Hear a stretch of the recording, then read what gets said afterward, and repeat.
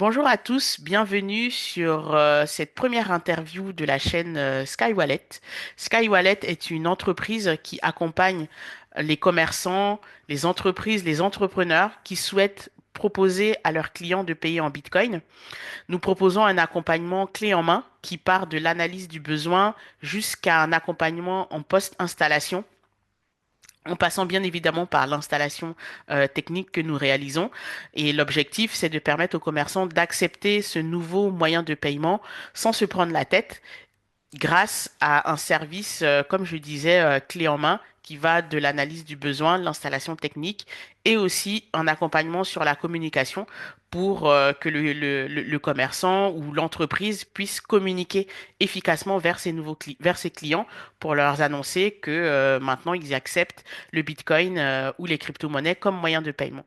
Aujourd'hui, nous recevons Christophe Martinez. Christophe Martinez est un gérant d'un Carrefour Express à Arcachon qui accepte Bitcoin et d'autres crypto-monnaies comme moyen de paiement. Et donc, nous allons échanger avec Christophe aujourd'hui pour qu'il nous parle de son parcours, pour qu'il se présente et qu'il nous explique ce qui l'a motivé à accepter ce nouveau moyen de paiement dans son commerce. C'est parti. Hop là. Voilà. Bonjour Christophe. Bonjour Elodie. Comment vas-tu? Formidablement bien, et vous? Ouais, ça va bien. Écoute, déjà, je te remercie avant de commencer, hein, je te remercie beaucoup de prendre le temps aujourd'hui, de répondre à mes questions. Ça fait un petit moment que je te suis sur LinkedIn et j'avais trop envie de pouvoir échanger avec toi et de te poser plein de questions sur tout ce que tu fais, ton activité entrepreneuriale, ton activité écologique, etc. Donc, on va essayer de parcourir tout ça aujourd'hui. Mais avant de démarrer, écoute, on va faire un petit exercice, essayer de te présenter en quelques phrases. Donc pour quelqu'un qui te connaît pas, comment tu te présentes, voilà, aujourd'hui? Merci Elodie déjà pour cette invitation. Euh, je suis très ravi de pouvoir échanger avec toi aujourd'hui. Donc je m'appelle Christophe Martinet, j'ai 35 ans, je suis papa veuf d'un garçon qui a 6 ans et je suis entrepreneur multirécidiviste. C'est ma cinquième entreprise, j'en ai deux en activité actuellement.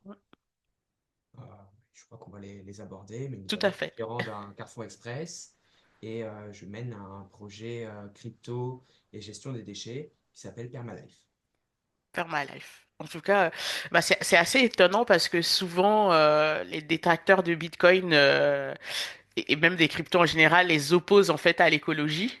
Donc c'est assez, on va dire, marrant d'avoir quelqu'un qui fait les deux.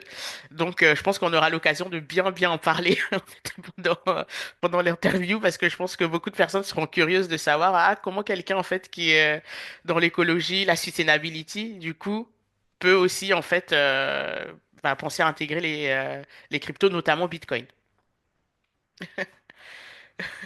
Avec plaisir, et effectivement, c'est un paradigme qu'il y a au départ, où on croit que la technologie, c'est mauvais pour la planète, mais au final, ça va apporter énormément d'outils pour, pour faire mieux ce qu'on fait maintenant. Euh, Et on doit voir pour Permalife, Mm. dans la gestion des déchets, on a beaucoup de défis actuellement. Il y a énormément de déchets qui sont incinérés, Ouais, qui sont enfouis dans des décharges. Et ça, c'est de la matière rare qui est sur notre planète, ouais. qu'au final, on détruit. Et dans la vision de Permalife, on va pouvoir donner une vie infinie à ces emballages, à ces matériaux, à ces ressources que notre planète nous a fournies. Wow.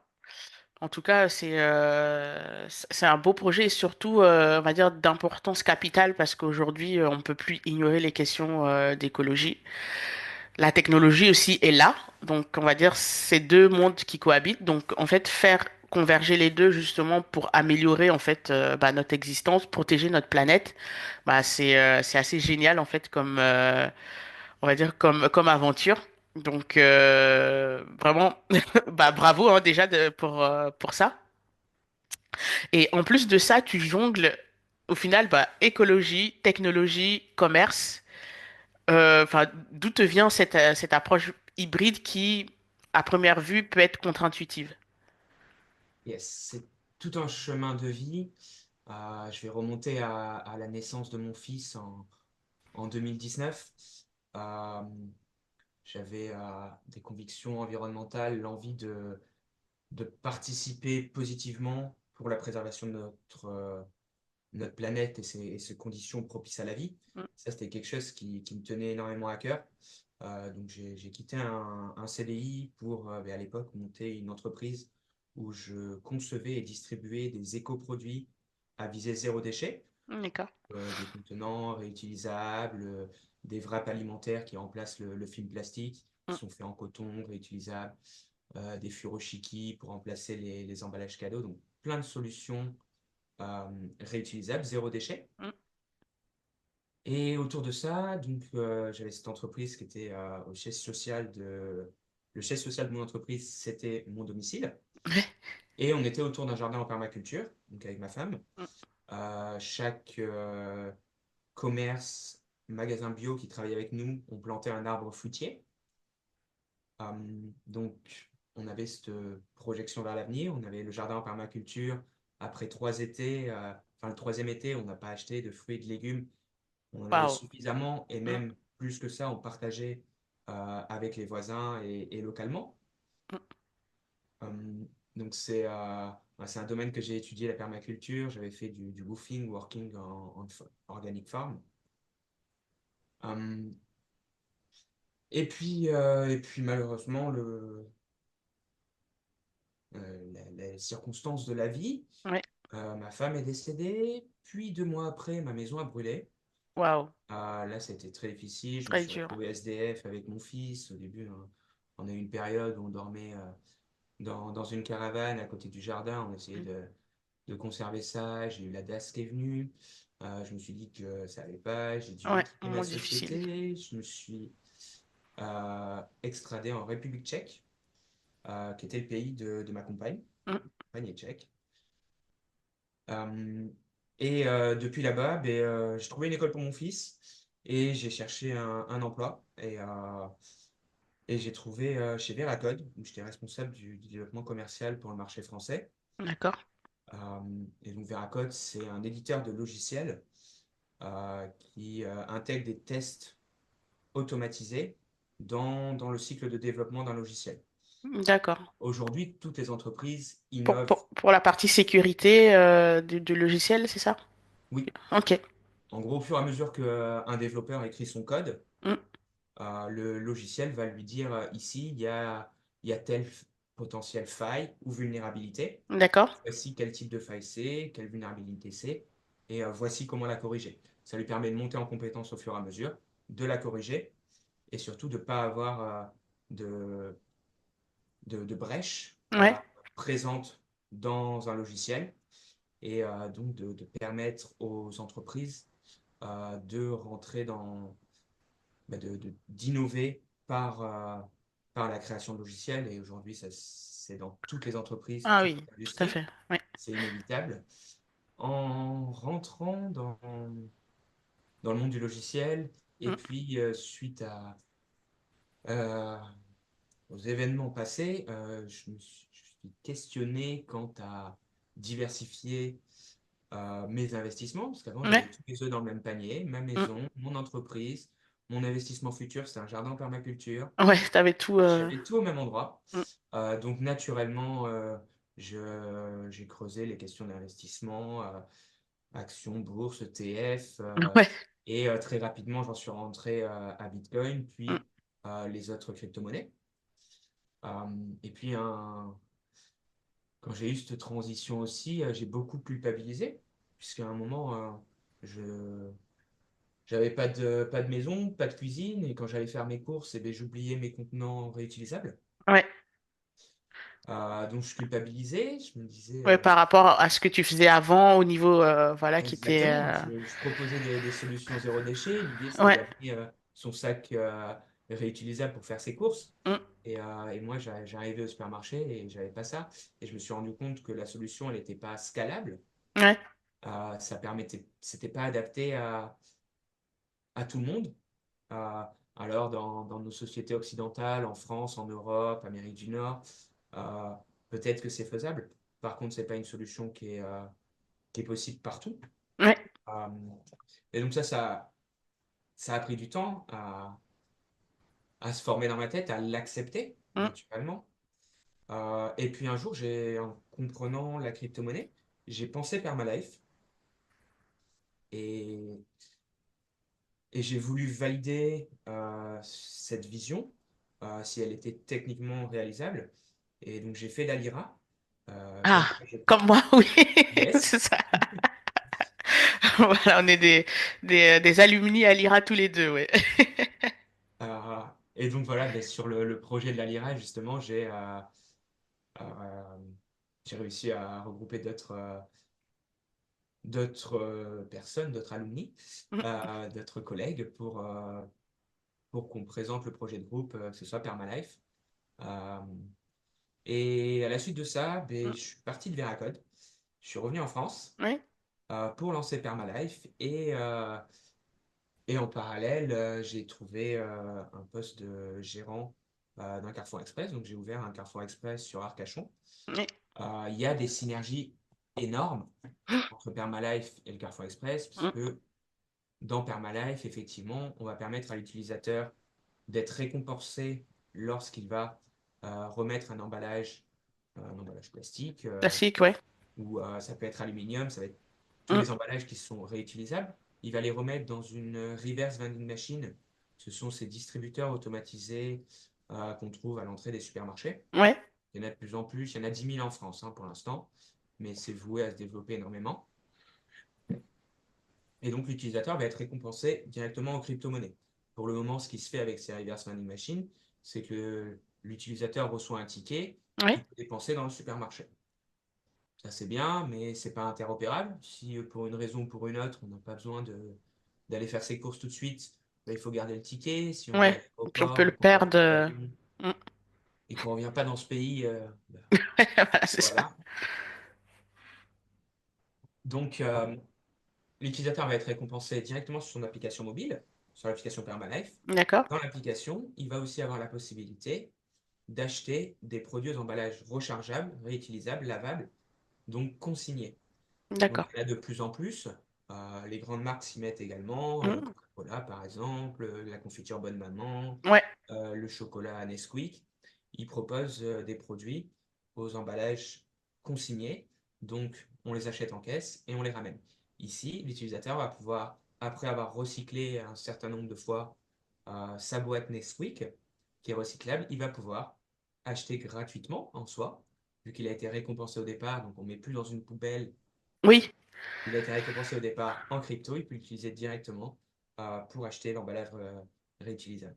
Ouais, donc ça le motive à se dire, bah, à la place de jeter dans la poubelle, bah, je préfère bah, l'utiliser parce que ça me rapporte quelque chose. Bah, comme il est incentivé, en fait, et puis il y en a même où ça va devenir un peu un jeu de se dire, bah, je vais essayer d'en accumuler en fait le plus. Ouais.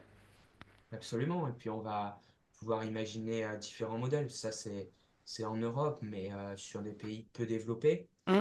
on va pouvoir avoir ces reverse vending machines qui vont également donc être solaires. Donc elles vont fonctionner au solaire, elles vont aussi permettre à l'utilisateur d'aller recharger son téléphone. On va Ouais. pouvoir nettoyer la planète des emballages plastiques, de tous les déchets, parce que les utilisateurs n'auront plus d'intérêt à le jeter dans la nature, Mm. mais donc tout intérêt à le ramener dans un centre de tri qui est automatisé. Les centres de tri actuellement, le process qu'on a actuellement dans les pays les plus développés, on met notre emballage recyclable dans une poubelle verte, jaune, bleue, Ouais. suivant la région. Elle est transportée par un camion qui l'amène à un centre de tri. Il y a une certaine partie qui arrive à être triée, l'autre non. La partie triée n'est pas qualitative parce qu'elle est parfois mélangée avec d'autres matériaux. Et donc, la recyclabilité du matériau diminue au fil du temps. À l'inverse, si on Ok. trie à la source, si demain je ramène ma bouteille en plastique, qu'elle est triée dès le départ par la machine, Mm. on va pouvoir avoir une recyclabilité bien plus longue. et donc améliorer la recyclabilité des matériaux et créer une transition vers le réemploi, le recyclage, pardon, le réemploi, la recharge, qui va donc coûter moins cher en énergie, en eau, en production, Mm. et va permettre d'avoir un cycle de vie plus long pour les matériaux d'emballage. Ouais, tout au fait. Et puis c'est plus efficace du coup parce que effectivement bah on va dire on économise l'énergie et puis tu as évoqué la recyclabilité en fait qui fait qu'on peut utiliser beaucoup plus longtemps en fait le contenant donc on a envie de se demander mais pourquoi on fait pas ça en fait de façon partout. Je pense que ça va y venir. Moi, voilà, j'ai lancé ce projet, j'ai été accompagné par certaines personnes. Ouais, Évidemment, ça demande des financements. tout à fait, ouais. Moi, après l'incendie de ma maison, je suis toujours en procès avec l'assurance. Mm, Je partais entre zéro et moins. Donc, il m'a fallu reconstruire tout ça. Euh, Pendant un certain temps, j'ai cherché à être financé mm, pour notamment acheter les reverse vending machines et développer l'application. Euh, Depuis quelques temps, je pense que je vais plutôt me concentrer euh, sur mon magasin. Il va y en avoir un second à venir, Carrefour Express, d'accord. où je vais, à partir d'un certain temps, quand j'aurai les fonds propres, acheter une reverse vending machine, faire développer l'application, expérimenter sur mon point de vente localement Mm, et derrière avoir des datas concrètes pour pouvoir après repartir dans une recherche de levée de fonds. tout à fait. Mm. Je pense que ce sera plus judicieux de partir sur fonds propres plutôt que Au début. absolument. Ouais. Et puis surtout, ça te permet d'avoir, on va dire, le temps et la latitude, en fait, de l'expérimenter comme tu veux. Parce qu'effectivement, quand on fait une levée de fonds, tout de suite, il y a la pression des VC, de tous les organismes auxquels on a levé. Donc, au moins, quand on a bien développé son idée et qu'on sait, en fait, où on veut aller et qu'on va lever, en fait, bah, on lève en ayant déjà bien expérimenter tout ce qu'il y a à expérimenter. Donc, c'est une approche qui est intéressante de faire comme ça. Yes. Donc voilà. Bah, en tout cas, je note beaucoup de résilience en fait dans ton parcours. C'est hyper inspirant avec tout ce que tu as vécu de se dire bah je me motive encore, je crois encore en quelque chose parce qu'il faut avoir vraiment beaucoup on va dire de croire encore en la vie pour se dire bah je vais faire quelque chose en fait dans l'écologie et de rendre en fait le monde meilleur en fait tout simplement enfin c'est en tout cas je suis admirative. Merci. Ben oui, le chemin de vie a nourri ça aussi. Mm, On était tellement heureux de faire notre part, ouais, ce jardin en permaculture et ces éco-produits zéro déchet. Quand je dis faire notre part, en plus, l'entreprise que j'avais s'appelait Appli Colibri. Donc, c'est inspiré du- de la petite fable de Pierre Rabhi, où il y a le colibri qui fait sa part quand il y a un incendie ouais, dans la forêt tropicale, qui va chercher les petites gouttes d'eau pour éteindre le feu. mm. Euh, donc, c'est la suite d'un chemin de vie et c'est pour ça que voilà, je suis vraiment déterminé à amener ça, à mener ce projet à bout. Euh, c'est une vision à très long terme, j'en suis conscient. Mm. Euh, mais on va y arriver. Et je te remercie, Elodie, de m'accorder du temps pour justement pouvoir partager un petit peu de cette vision avec Bah toi c'est cette première journée. ouais, bah c'est normal hein. Et puis en fait je pense qu'il faut toujours amplifier chacun à son niveau ce type d'initiative. C'est la façon dont on peut y contribuer de façon directe, de faire que bah, tout le monde sache que c'est possible. Et puis ça peut en inspirer certains qui vont dire bah Christophe, bah moi j'ai mon magasin aussi. Est-ce que tu veux pas venir m'aider à le mettre en place? Donc si t'as quelqu'un qui te contacte après cette interview, pour moi ça sera tout gagné quoi. Donc Super. voilà. En tout cas. C'est assez inspirant, comme je te disais. Donc, j'ai vu aussi dans tes posts, en fait, que bah, tu t'étais souvent dans l'innovation. Et puis, ce que tu fais, bah, voilà, dans le point de vue écologique aussi, c'est l'innovation. Et puis d'un coup, en fait, bah, on voit les paiements en crypto-monnaie au même endroit. Là où les gens, ils se disent, mais c'est une aberration écologique, Bitcoin, ça consomme plus que je sais pas quel pays, ça va tuer la planète, etc., etc. Et on voit bah, Christophe Martinez, Monsieur Écologie, qui se met aussi en fait à accepter les paiements en crypto. Comment en fait t'arrives à arriver à ce comment tu fais le cheminement pour te dire bah là faut que je mette les cryptos en fait dans mon magasin et quel est le point clé qui t'a convaincu en fait d'essayer? Hum, alors, effectivement, il y a beaucoup de personnes qui voient la crypto-monnaie comme, ou notamment le Bitcoin, comme quelque chose de peu écologique. Pourtant, moi, je vois totalement l'inverse. C'est-à-dire qu'on a une solution, euh, et il y a des personnes qui en parlent beaucoup mieux que moi. Je pense à Nicolas Cantu. Mm, Effectivement, on va pouvoir utiliser l'énergie produite, peu importe d'où elle vient, que ce soit des énergies qu'on considère comme renouvelables, l'hydraulique, l'éolien, mm, le solaire. Euh, on va pouvoir utiliser cette énergie, ou alors d'ailleurs non renouvelable, donc le nucléaire ou le d'autres nucléaire. sources d'énergie. Mm, Euh, on va avoir une consommation qui va fluctuer dans le temps et la production, ben, on va pouvoir être à peu près égale.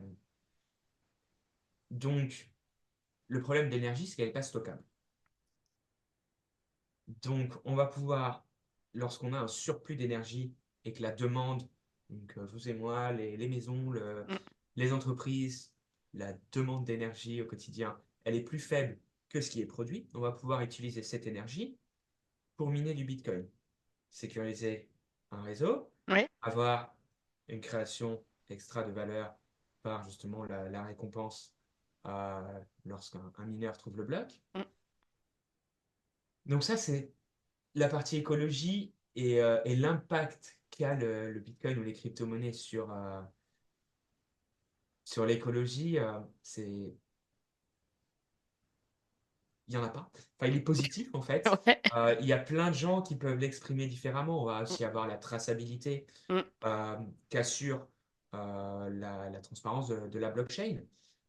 Sur ça, c'est vraiment un changement énorme par rapport à ce qu'on peut connaître sur les monnaies fiat et tous les échanges avant. Euh, donc, pourquoi avoir accepté la crypto-monnaie en magasin? Moi, je poserais la question dans la sens, pourquoi ne pas l'accepter en fait? C'est Ouais. quoi le frein? Il n'y en a aucun. On parle d'un système de paiement qui est rapide, sécurisé, Mm. euh, il est décentralisé en plus, donc il n'y a personne qui peut venir prendre le contrôle dessus sur notre argent, sur la valeur créée. Euh, je ne comprends pas comment on pourrait refuser Refusé. euh, de, de recevoir un paiement en crypto-monnaie plutôt qu'en euros, en check round, en dollars américains. Je pense que ton ouverture d'esprit, elle vient aussi du fait que bah, tu as voyagé, donc tu as vécu en République tchèque, et, et tu vois, tu perçois ce côté, on va dire, universel aussi que peut avoir Bitcoin ou même d'autres crypto-monnaies, de se dire, bah, quelqu'un est prêt à payer avec, pourquoi ne pas accepter en fait son moyen de paiement? Plutôt que de mettre des croyances limitantes. Et moi, dans le cadre de mon activité, je discute beaucoup avec des commerçants qui se mettent en fait des barrières, dont la première, mais j'ai entendu à la télévision que c'était un truc pour les criminels. Je veux pas que les gens viennent blanchir leur argent en fait dans mon commerce. Ça fluctue trop, donc ça monte, ça descend, donc j'ai pas trop envie que de perdre tout mon argent. J'ai entendu que c'était une arnaque, ou alors ah ben j'ai entendu que quelqu'un pouvait créer des bitcoins en fait comme il voulait. Bon là j'ai Je veux la dit recette, moi. voilà, Je veux la c'est ça. recette de celle-là. Celle-ci, je l'ai eue et j'ai dit, bah non, stop, t'es sûr que la personne qui t'a dit ça parlait de Bitcoin? Oui, mais j'ai entendu qu'il y en a quelqu'un qui en a créé, même Trump, il a créé ses Bitcoins et tout ça. J'ai fait, stop, on mélange beaucoup de choses. Ça n'a strictement rien à voir. Ce qu'il a créé, c'est un meme coin, c'est une catégorie de crypto-monnaie qui a son propre fonctionnement, son propre univers. Ce n'est pas Bitcoin. Donc, donc il y a beaucoup de travail de pédagogie. Donc, c'est pour ça que je suis toujours très heureuse. Et c'est l'un d'un point qui faisait aussi que j'avais trop envie de discuter avec toi, de se dire, bah, un commerçant qui a compris l'intérêt en fait de l'accepter et qui bah, justement se dit pourquoi ne pas l'accepter, tu vois, au lieu de se dire bah non je veux pas et de rester dans ses croyances limitantes. En tout cas ça fait plaisir. Oui, moi j'étais convaincu de l'utilité. J'ai réussi quand j'ai trouvé une solution Mm. rapide et simple à implanter dans mon commerce. Ça s'est fait en une semaine, je crois, avec deux coups de téléphone, avec la solution Easy. Ok, voilà, j'allais justement te demander quelle est la solution que t'as implémentée. J'utilise Easy parce Mm. que déjà ils acceptent plus de 90 crypto-monnaies, Ouais. donc c'est vraiment pas limitant. Et puis au niveau comptable, ce qui était plutôt ma crainte, Mm. euh, c'est reversé en euros sur mon compte en banque. Donc effectivement, j'ai ce côté où je me dis, ben, je récupère pas des bitcoins. Alors, je sais que pourtant c'est scarce, c'est ultra rare et j'aimerais les avoir. Mais derrière, ça me permet aussi de déjà proposer la solution Mm. et puis d'avoir d'avoir un petit peu reçu des retours, de voir l'impression, que ça peut être des clients ou Ouais, des justement. partenaires, Mm. d'autres personnes. Et j'ai pu échanger sur la possibilité de mettre en place le réseau Lightning aussi. Ouais. Euh, je me questionne juste sur, et peut-être vous pouvez répondre à cette question. Euh, Quand on reçoit donc sur Lightning, on va avoir un portefeuille pour le magasin. Et du coup, ça voudrait dire que le même portefeuille serait sur le téléphone de plusieurs collaborateurs, parce que c'est Oui, jamais la même personne qui est en caisse. c'est ça. Donc, comment je m'assure que le collaborateur ne part pas avec les fonds ou ne se les envoie Bah, pas? en fait, en réalité, le portefeuille n'est pas sur la caisse des collaborateurs. Le portefeuille, en fait, il est associé à un compte. Donc, il est associé au compte qui est créé chez le prestataire qui propose Lightning. Donc là, on va prendre l'exemple de Swiss Bitcoin Pay, en fait, qui est un partenaire avec qui je travaille. Donc tu crées ton compte. Ton wallet est associé, en fait, à ce compte, mais on va dire que c'est un compte administrateur. Donc, il n'y a que toi qui peut manipuler ce compte. Et en plus, au moment où tu fais ton inscription sur Swiss Bitcoin Pay, tu peux intégrer en fait un wallet que tu as déjà. Donc, ça peut être une Ledger avec un compte Bitcoin dessus. Ou alors, la solution te permet directement de créer un wallet et d'avoir les 24 mots qui s'affichent en fait au moment où tu crées ton wallet. Donc, ces 24 mots, en fait, c'est toi qui les as. Donc, une fois que ton compte il est paramétré avec ce wallet, bah, les autres membres en fait de l'équipe qui ont les caisses, en fait, c'est juste une application en front qui reçoit les paiements. Et les paiements vont directement sur ce compte. Donc, eux, ils manipulent pas ce compte en fait au quotidien. Ils manipulent juste en fait l'application cliente qui permet d'encaisser.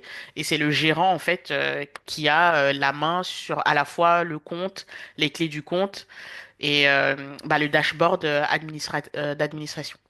Donc, pour envoyer après les fonds, il faut que je me connecte sur la Ledger et que je valide la transaction moi-même. Voilà, c'est ça. Donc, Ok. et puis moi, ce que je conseille en fait aussi à mes clients, c'est de se dire quand c'est un compte entreprise ou on va dire un portefeuille entreprise, c'est mieux de mettre le multisig à minima. Donc, pour protéger au moins avec trois signatures de l'équipe en fait gérante. Maintenant, en fait, au début, ça peut se mettre comme ça, mais en tout cas, c'est un portefeuille Bitcoin qui est complètement en fait géré à la main en fait d'une entité centrale, donc on va dire l'entité gérante du magasin par exemple. Très bien. C'est bon ça. Merci. Bah écoute, de rien. Et du coup, tes clients, une fois que tu as mis ça en place, tes clients, comment ils ont réagi? Est-ce qu'il n'y a pas des gens qui sont venus te dire, mais non, mais Christophe, ce que tu as fait, c'est pas bien, comment tu peux mettre une monnaie des criminels dans ton magasin, etc. J'ai personne qui m'a dit que c'était pas bien. Super. Déjà, oui, c'est une bonne chose. Il y a de tout comme client, effectivement. Il y en a certains qui voient qu'on accepte les crypto-monnaies, le Bitcoin, donc ils sont généralement positivement surpris. Mm. Euh, Soit, effectivement, ils possèdent eux-mêmes des cryptos et ils viennent pour essayer une fois. Ouais. Il y en Les a certains curieux. qui ont fait le déplacement d'assez loin juste parce que ils ont vu qu'on proposait la solution. Euh, il y en a d'autres qui me disent qu'ils ont les cryptos, mais qui sont convaincus que ça va prendre de la valeur dans le temps. Mm. Donc, ils ne souhaitent pas les dépenser maintenant. Et puis, il y en a beaucoup aussi qui ne connaissent pas ou peu. Euh, je me rappelle d'une personne âgée qui vient me voir un petit peu gêné. Christophe, c'est quoi le Bitcoin? Donc j'ai trouvé ça très mignon. Ouais. Donc on essaye d'être pédagogue et l'expliquer. Donc c'est une monnaie décentralisée. Je savais pas trop par où démarrer. Ouais. Est-ce que ça vous parle décentralisé? Donc, c'est... Mais ça permet aussi d'éduquer, Mm. de vulgariser et d'échanger sur ce sujet. Je pense que c'est bien reçu au contraire. Les gens sont curieux, ils aiment les initiatives. Ouais. Euh, voilà, ils savent aussi, je fais partie de leur quotidien. La plupart des gens viennent tous les jours dans le supermarché acheter ce qu'ils ont besoin. Mm. Donc, je fais partie de leur quotidien. Ils savent que je ne suis pas une mauvaise personne. Euh, donc, voilà, ils ont plutôt accepté positivement cela et avec curiosité. Ouais. Euh, il y a beaucoup de choses à réapprendre ou à remettre dans le contexte chez certaines personnes, mais c'est c'est positif pour l'instant. Bah, en tout cas, moi, je suis ravie d'entendre ça parce qu'effectivement, comme je te dis, j'ai eu vraiment de tout dans mes échanges avec les prospects. Mais effectivement, il y en a qui ont aussi cette peur de se dire, mais si je le mets en fait en place, les gens vont s'imaginer en fait que bah, mon commerce est dans le blanchiment d'argent ou etc. à cause de ce qu'on entend à la télévision. Mais au final, moi, ce que je leur dis, c'est que ça va être plus un point de curiosité en fait pour les gens. D'ailleurs, c'est pour ça que avant de le mettre en place, je dis toujours que c'est bien d'avoir on va dire, un certain niveau de compréhension de ce qu'on fait, de ce que c'est. Ne pas se dire, bah, je vais juste le mettre en place comme ça parce que quelqu'un m'a dit en fait que c'était l'avenir. Faut bien le comprendre parce qu'à un moment donné, forcément, des clients vont poser la question de savoir, mais pourquoi tu l'as mis en place, qu'est-ce que c'est, est-ce que tu es sûr de ce que tu fais, etc. Donc une fois qu'on a bien compris ce que c'est, ça devient une évidence en fait de l'expliquer à ses clients derrière. Et puis on a toujours des retours positifs parce que les gens, une fois qu'ils ont compris, on va dire, ils sont moins dans tout ce qu'on peut avoir comme idée reçue et ils sont plutôt positifs en disant bah c'est bien que tu aies fait ça parce que ça veut dire que tu es avant-gardiste, tu es un peu sur les tendances bah, du futur donc les retours sont au final positifs. Voilà. Et tu me le confirmes du coup. Je le confirme, les retours sont très positifs. Voilà, moi je ne sais pas ce qui se dit à la télé, j'ai plus de télé, T'as bien raison. depuis 2016. J'ai choisi de mettre et de faire mes recherches par moi-même. Mm. Je pense justement, il y a les 10 dernières années, il y a eu une décentralisation de l'information Ouais, euh, où de plus en plus l'information elle vient de tout un chacun, comme on va pouvoir le partager aujourd'hui. ouais, Avant, il y avait une centralisation, c'était quelques gros médias. Euh, Maintenant, on a une décentralisation de l'information et le message peut être plus libre. Euh, Demain, et ça démarre depuis quelques mois, je pense, on va vivre une décentralisation de la monnaie. Et merci. donc, les États n'auront plus non plus le seul contrôle de l'émission d'une monnaie. On vit des temps formidables. C'est tellement juste ce que tu dis. Tu dis, je l'avais même pas vu comme ça, effectivement. Et tout ça, c'est Internet, hein. Donc, au final, qui a complètement distribué, en fait, bah, l'information. Donc, comme tu dis, aujourd'hui, on se retrouve dans un monde de l'information décentralisée. Donc, bah, la prochaine à suivre, en fait, c'est la monnaie, quoi. Et puis, c'est effectivement, c'est une évidence que on va y arriver à un moment donné. Absolument. Voilà. C'est bon. Voilà, c'est. Mais et du coup, aujourd'hui, concrètement, parce que c'est aussi une question que j'ai souvent de commerçants, parce que les commerçants sont assez pragmatiques. Ils me disent, bah, je le mets en place aujourd'hui. Combien de personnes vont venir payer en fait en Bitcoin ou en crypto-monnaie dans mon magasin? Est-ce que aujourd'hui, tu es plutôt toujours en phase d'adoption? Donc, tu l'as mis en place, tu regardes ce qui se passe, ou tu as des clients en fait qui l'utilisent régulièrement? Non, c'est encore en phase d'adoption. De toute façon, ceux qui échangent leurs euros, Mm, leurs fiat pour du Bitcoin, pour d'autres crypto-monnaies, c'est parce qu'ils sont convaincus que sur le long terme, ça va prendre de la valeur, et notamment Bitcoin, hein, on est quand mm. même 60%, je crois, de la capitalisation totale sur les crypto-monnaies. Ah oui, C'est oui, vraiment le choix qui est, qui est fait par une majorité des personnes qui ont plongé dans la crypto. Euh, Parce qu'ils ont compris les fondamentaux de la rareté. tout à fait. Euh, Par contre, en se positionnant maintenant, dans 4 ans, je suis convaincu qu'ils vont venir en priorité chez moi plutôt qu'ailleurs Mm. pour justement dépenser leur profit et en fait avoir leurs courses plus accessibles, très Aussi, clairement. ouais.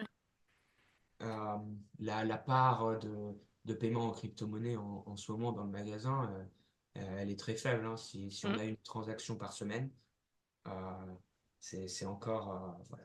C'est pas Et mal. limite, c'est déjà bien. C'est déjà bien. En tout cas, ce que tu t'indiques est assez juste sur le fait que en fait, quand il y a des tendances comme ça qui arrivent, ceux qui sont là en premier, on va dire, raflent une bonne partie du gâteau. Parce que c'est eux, enfin, les gens ont plus confiance en fait en eux. Ils étaient là au début. On a une bonne, en fait, ils ont eu le temps de largement se présenter en fait comme étant, bah, on va dire avant-gardistes sur le domaine. Donc les gens en fait par réflexe, quand ça commence à devenir une habitude, se disent ah bah tiens.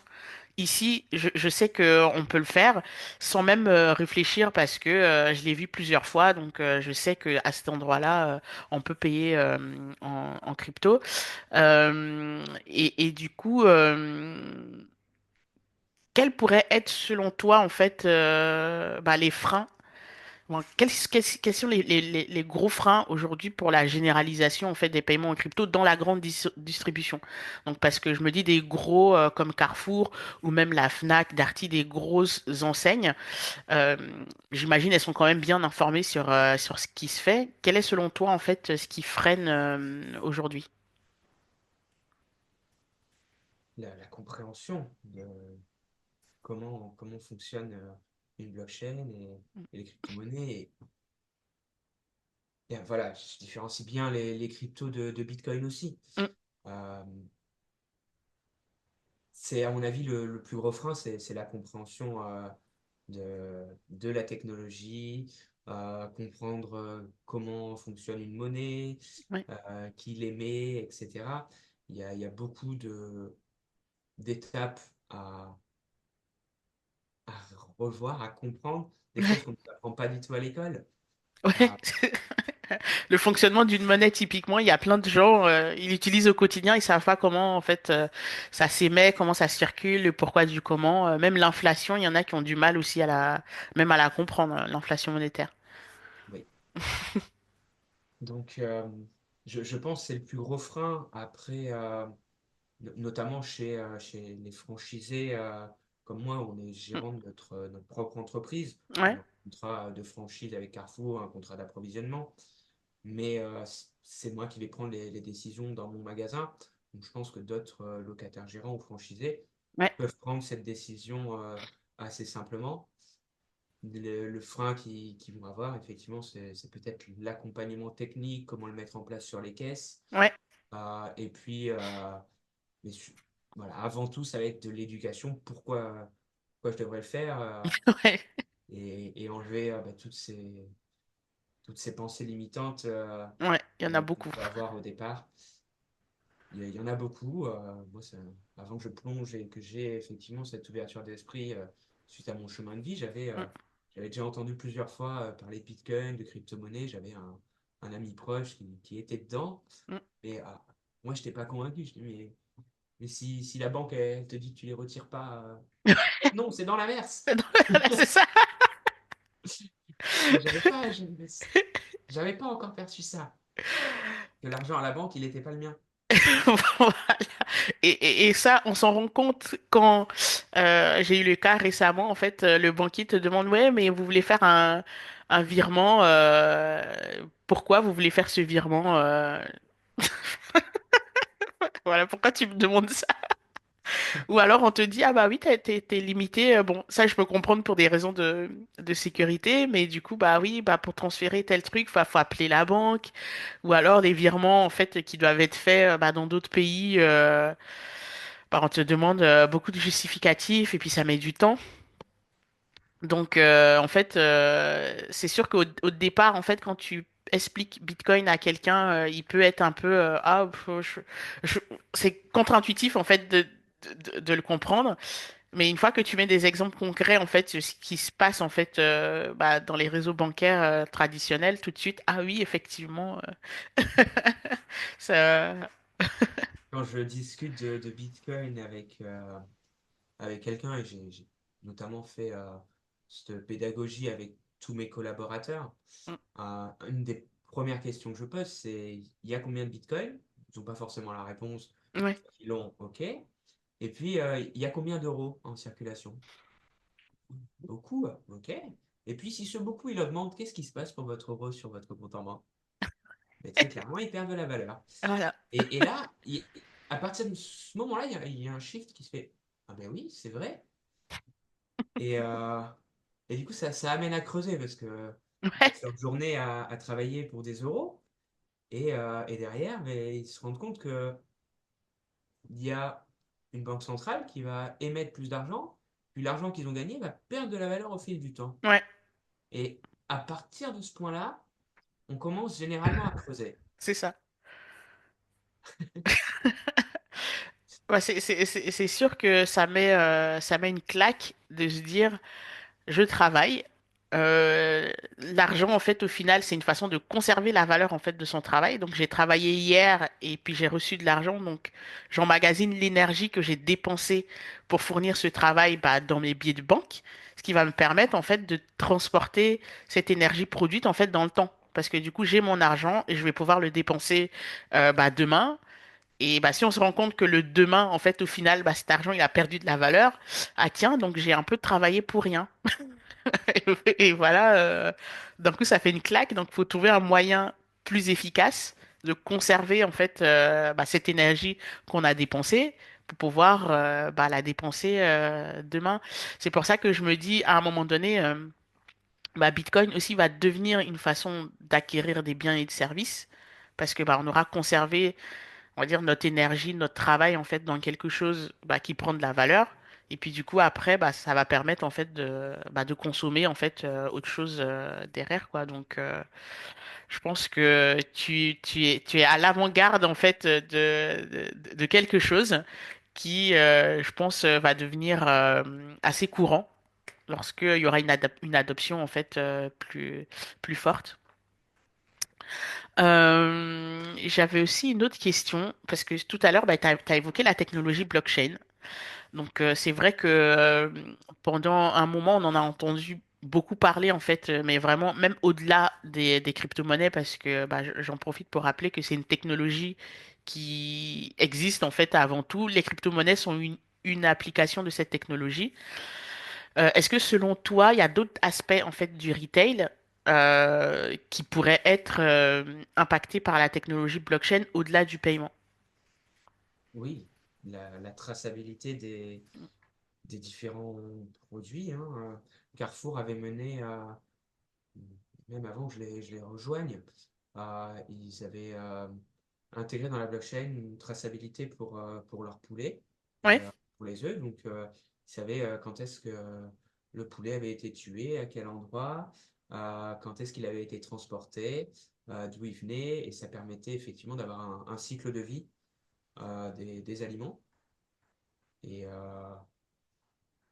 et on va avoir, à mon avis, une traçabilité sur tous les aliments sur le long terme. Ça permettra aussi d'optimiser les flux, la gestion des stocks. Euh, Ça va permettre d'optimiser la gestion de l'offre et de la demande, Mhm. les coûts. Donc, il va y avoir beaucoup de progrès dans ce sens. La technologie blockchain va s'implanter dans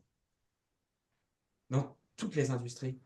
Et s'il y a une grande entreprise qui n'a pas déjà expérimenté, elle est déjà trop en retard.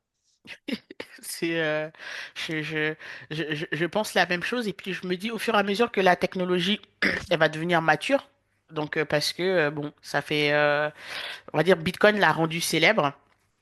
Mais il y a quand même en fait d'autres expérimentations en fait qui se font et puis comparée à d'autres technologies, on va dire elle est encore toute jeune, mais au fur et à mesure qu'elle va devenir plus efficace, plus on va dire mature, robuste et surtout moins chère, parce qu'aujourd'hui il y en a qui décrit un peu l'utilisation de la technologie blockchain parce que souvent ça peut être assez cher bah, de faire des transactions sur une blockchain comme Ether bah, pour développer en fait quelque chose. Donc au fur et à mesure elle va devenir plus mature et moins chère, on pourra avoir des cas d'usage, je pense, intéressants. Donc je suis assez d'accord avec toi là-dessus.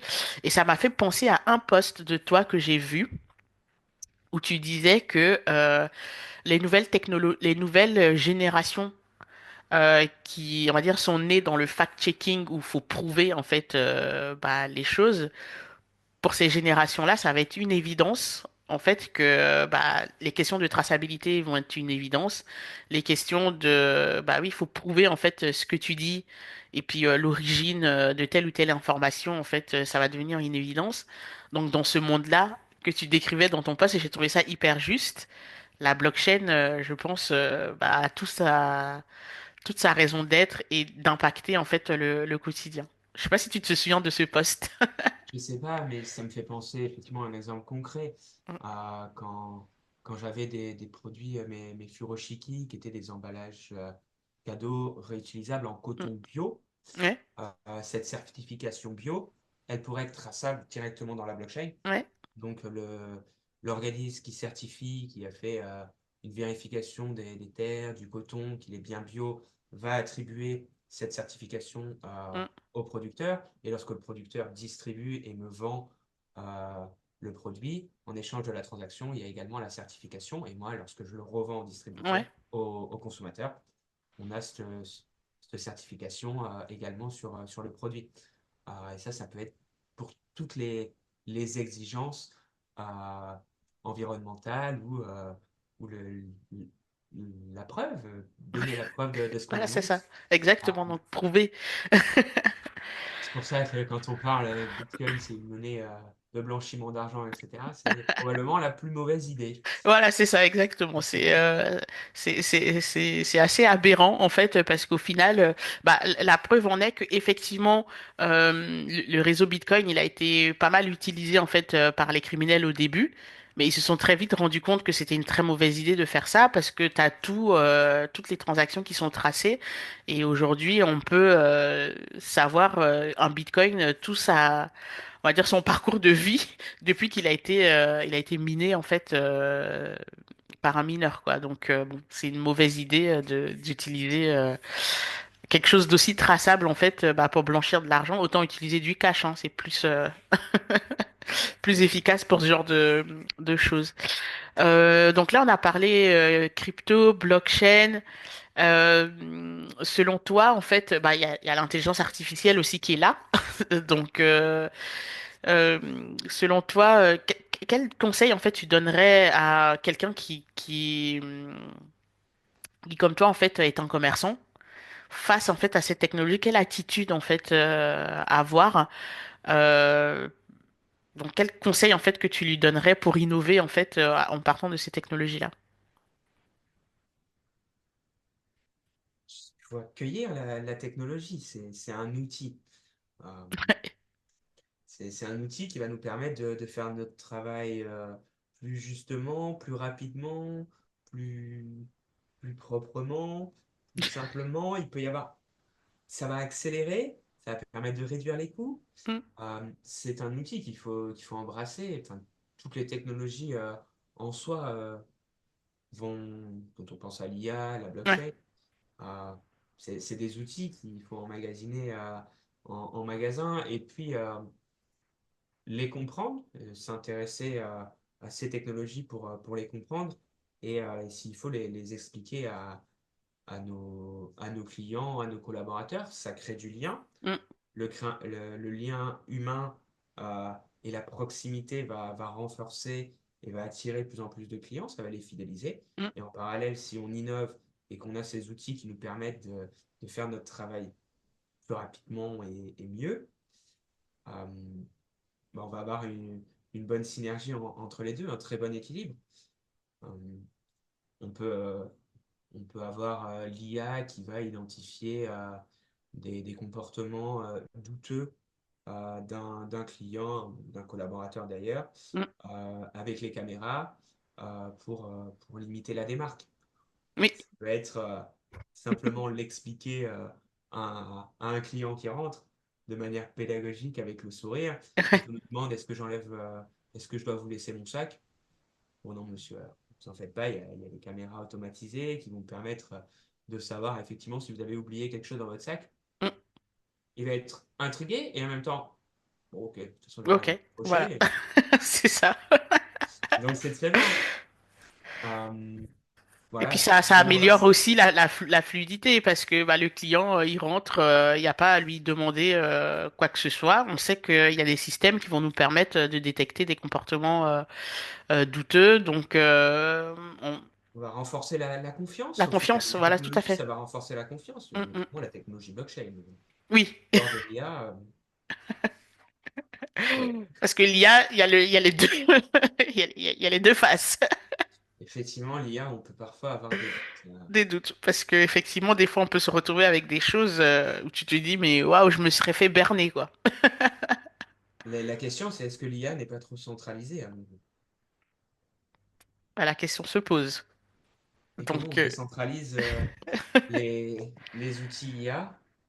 Ouais, c'est un autre sujet. c'est clair. Bah, en tout cas, il y a des initiatives dans le domaine du Web3 là-dessus, notamment sur le côté, et moi, je trouve ça assez intéressant, même si c'est pas très mature aujourd'hui, c'est de se dire, bah, on va permettre aux gens d'apporter eux-mêmes leurs données à l'intelligence artificielle. Donc, on va le faire sur la blockchain, déjà pour s'assurer que bah, les données en fait sont fiables et que les gens sont incentivés en fait quand ils apportent leurs données. Et donc, bah, les modèles sont entraînés sur les données en fait de gens qui ont consenti à les apporter et qui, au final, les vendent eux-mêmes contre des incentives en crypto-monnaie plutôt que de se dire bah aujourd'hui des chats GPT et tout ça utilisent les données de tout le monde pour entraîner en fait leur IA mais par contre OpenAI ne partage pas avec les gens en fait les 20 balles par mois qu'il y a des millions de gens qui payent. Donc je trouve que ces modèles-là sont aussi intéressants et la blockchain le permet. Donc je pense que convergence blockchain IA à un moment donné on va y arriver, on va trouver un modèle qui fait cohabiter les deux, je pense. Le futur nous réserve de formidables choses, j'en suis sûr. Yes. Euh, Là, on arrive presque à la fin de notre interview. J'ai pas vu le temps passer, c'était trop intéressant. Et bah, avant de finir, je veux faire un exercice qui est de te poser des questions en fait et que tu me donnes des retours spontanés. Ok? Donc voilà, une question-réponse comme ça. Donc, est-ce que tu penses que le futur du retail, pour toi, il sera plus technologique ou plus humain? Enfin, une cohabitation des deux. Donc, on pourrait voir des robots infusés à l'intelligence artificielle travailler avec des gens dans des magasins, par exemple. Je pense bien. Et ça va apporter de nouveaux métiers. On va apprendre à entretenir un robot Ouais, c'est ça, exactement. et oui, à le driver, le piloter. Je pense que ça va créer de nouvelles choses. Ça va Bah, être fantastique. c'est clair. Deuxième question, Bitcoin ou stablecoin? Bitcoin. Celle-ci, je l'avais déjà. Euh, et en dernière question, est-ce qu'il y a une idée folle que tu aurais aimé tester ou que tu aimerais tester et que tu n'as pas eu l'occasion de le faire aujourd'hui? Une idée folle, c'est Permalife. Il va falloir la tester. C'est vrai que c'est déjà. Il va falloir qu'il y ait du concret, qu'il y ait cette reverse vending machine tirée pour compense en crypto-monnaie. Et Donc, ouais, ce sera l'idée jamais folle, trop tôt. Le voilà, plus tôt possible, elle est ce sera déjà le en mieux. place, l'idée folle. Oui. Bah, en tout cas, avant de conclure cette interview, c'est vrai qu'on a parlé de Permalife au début, mais j'aimerais que tu reviennes encore dessus. Je trouve que c'est un projet qui est tellement intéressant. Qu'est-ce que tu pourrais nous dire, en fait, si tu as un message à passer, en fait, aux gens qui vont regarder cette interview, quel message je peux passer sur Permalife? C'est un projet pour tout le monde. Je veux, je veux qu'il soit un maximum décentralisé. C'est vraiment une solution pensée pour préserver les bonnes conditions de vie sur Terre. Euh, Moi, mon objectif, c'est de mener à bien ce projet parce qu'on va solutionner la crise des plastiques. Mm, Euh, je ne le fais pas pour devenir riche. La, la richesse, elle est intérieure avec mon chemin de vie maintenant. Euh, voilà, j'ai connu des moments difficiles. Maintenant, j'ai un projet pour préserver les conditions de vie sur Terre mm, et qui vont également créer des sources alternatives de revenus pour des personnes dans des pays peu développés. On va pouvoir créer un complément de revenus en ramenant ces déchets ou en ramenant ceux du voisin. mm, Et puis, ça va permettre aux gens de rentrer de sortir de l'informel. On a plus de 2 milliards de personnes sur Terre qui n'ont mm, pas accès à un compte bancaire, qui n'ont peut-être pas de pièce d'identité. Derrière, avec un smartphone et une application comme Permalife, on va pouvoir récompenser directement l'utilisateur et il va pouvoir prouver ses actions concrètes mm. et donc entrer dans l'économie mondiale. Donc, ça, sortir de l'informel, rentrer dans le formel, c'est vraiment la vision. Mais en tout Donc, cas, si c'est. ça vous intéresse, c'est un projet qui vous intéresse, qui vous questionne, venez me voir. Je serais ravi de répondre à vos questions et voir comment on peut avancer ensemble. Je pense très clairement que je vais, une fois que j'aurai une proof of concept fonctionnelle, voir pour que n'importe qui puisse investir dans une reverse vending machine, qui sera au final un wallet, Mm, donc qui va récompenser l'utilisateur à chaque transaction du matériau en échange. Et donc, l'investisseur pourra prendre une partie des frais de transaction et donc mm. créer un revenu passif pour chaque investisseur. Et décentraliser ce projet sur chaque reverse vending machine, donc pour tout le monde, et avoir une décentralisation des matériaux d'emballage. Super. Waouh. En fait, on a envie, quand t'écoutes comme ça, on a envie déjà de le voir en fait en action pour se dire bah, directement en fait de pouvoir l'utiliser. Ouais, de pouvoir l'utiliser parce que en tout cas, on voit concrètement ce que ça peut apporter. Et comme tu dis, c'est pour créer des conditions de vie meilleures sur Terre. Donc, en tout cas, chapeau encore une fois hein, pour ce projet. Et justement, pour les gens, pour terminer là, pour les gens qui veulent te suivre, pour les gens qui veulent savoir bah, ce que tu fais et qui ont envie de, on va dire, d'avoir des news, des infos en fait sur Permalife, où est-ce qu'on peut te trouver? Principalement LinkedIn. Euh, Après, bah, j'avais fait une page YouTube, mais je ne fais pas de vidéos. Je sais pas trop monter les vidéos. J'ai un site internet, permalife.tech, mais Voilà, principalement pour me suivre, c'est LinkedIn. C'est Je fais du LinkedIn. contenu récurrent et je réponds aux messages.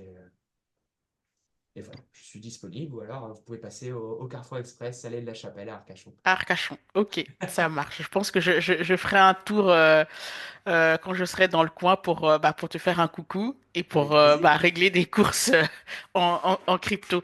En tout cas, merci beaucoup, Christophe, pour ton temps, pour ta bonne humeur, pour tout ce que tu as partagé. Et comme Christophe disait, vous pouvez le retrouver sur LinkedIn, n'hésitez pas. Et en tout cas, grand merci pour tout ce que tu as partagé avec nous aujourd'hui. Et à la prochaine. Merci beaucoup. C'était un super échange. Passe une excellente journée, Elodie. Merci. Merci. À bientôt. À bientôt. Au revoir.